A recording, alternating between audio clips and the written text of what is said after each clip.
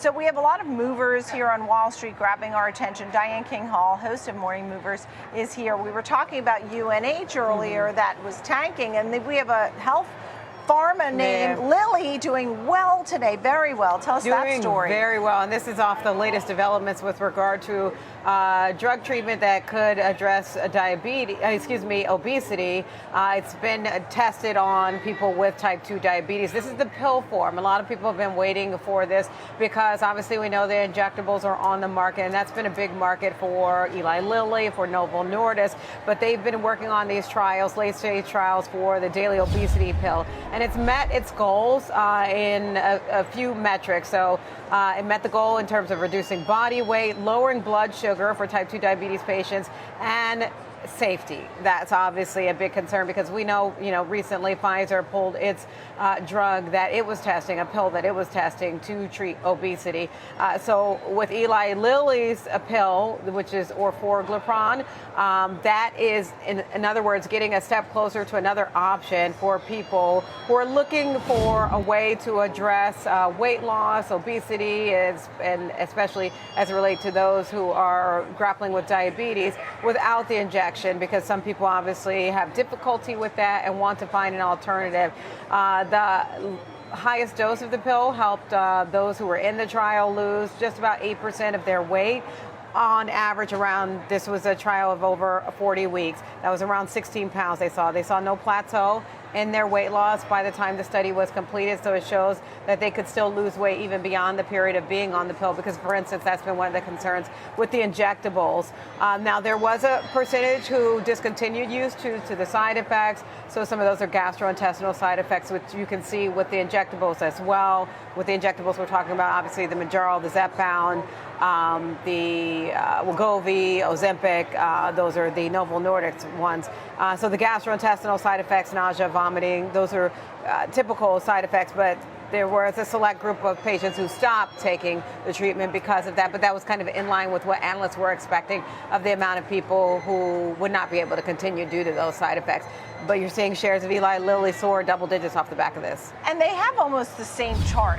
Highs last fall and lows somewhat more recently. Both Lilly and Pfizer, both are winning this week. Pfizer, with the news, got hit on the news when they pulled their pill because of the liver issue that quickly remedied itself. But that was scary for them, so that didn't work. That was out. But they both have a winning week overall. But both of these names, I mean, when you think about healthcare overall and big pharma, just not performing so well, though it's better than the rest of the market. For Eli Lilly, though, that has been the standout, especially if you compare it more closely to Novo Nordisk. It's performed much better than Novo Nordisk, even though Novo Nordisk was initially the front runner in this space because they, initially had the Wegovy, or Ozempic, excuse me, and then they found with the treatment, they created the version of that.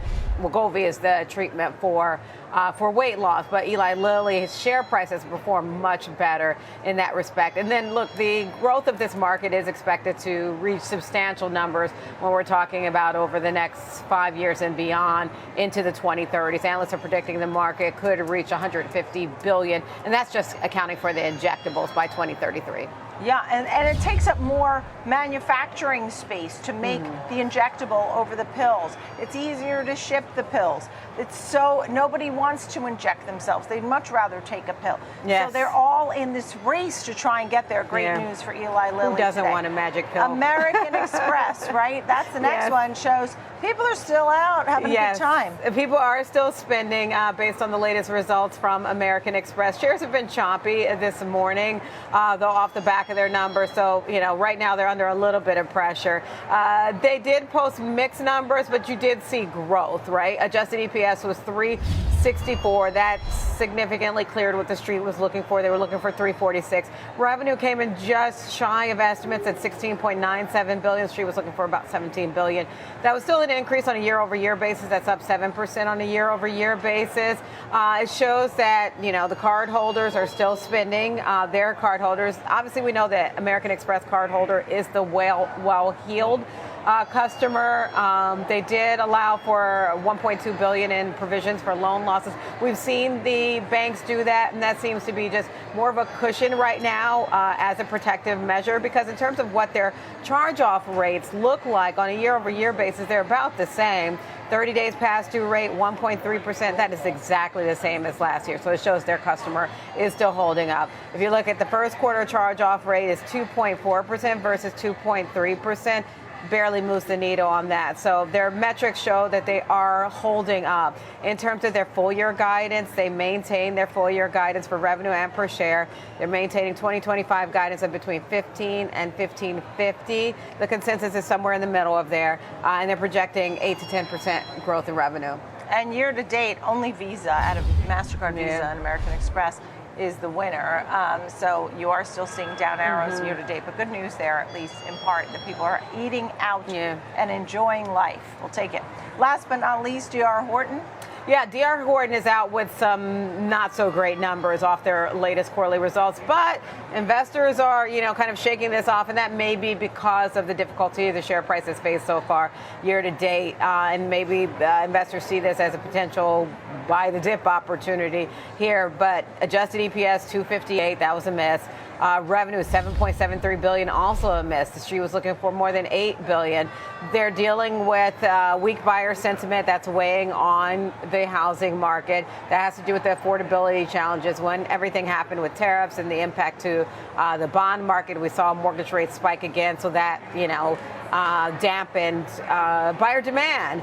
So again, it's a decline on a year-over-year basis. They cut their guidance. They lowered full-year revenue guidance to a range of $33.3 to $34.8 billion. That's down from their previous projection of between $36 to $37.5 billion. They lowered their expectations on home closings. They reduced that to between 85,000 to 87,000. That's down from 90 to 92,000. So a lot of reduction here. In pre-market, shares were down, but right now you see some buying happening, some nibbling at the edges here, Nicole. And we got in the housing starts numbers. So those housing starts came in light, but the permits showed some strength going forward. And if you have a lower rate environment, that could bode well for some of these home builders. Final quick thought? Yeah, I was going to say, the permits thing shows some kind of glimmers of hope when it comes to the housing market. And then the other hopeful thing is, although the commentary from the Fed chair yesterday wasn't exactly warm when it comes to expectations for where we go from here, but still the odds are increasing for more interest rate cuts this year, which would bode well for home buyers looking for opportunities. They did say, now look, in terms of some of the commentary from top brass at DR Horton, the spring selling season started slower than expected. Now the spring season does tend to be better. They still are worried about affordability constraints and just weakening consumer confidence. So those are weights there. Now, where I want to give a little bit of perspective, gross margin was 21.8%. That's in the mid-range, but it is narrower than last year. And a $5 billion stock buyback. Yeah, so that's good. Thank you for all of that. You got it. Pretty amazing that the stock is up considering their earnings were a miss. They cut full year guidance, but it's up 2.5%. Thank you, Diane King Hall. We'll take it, right?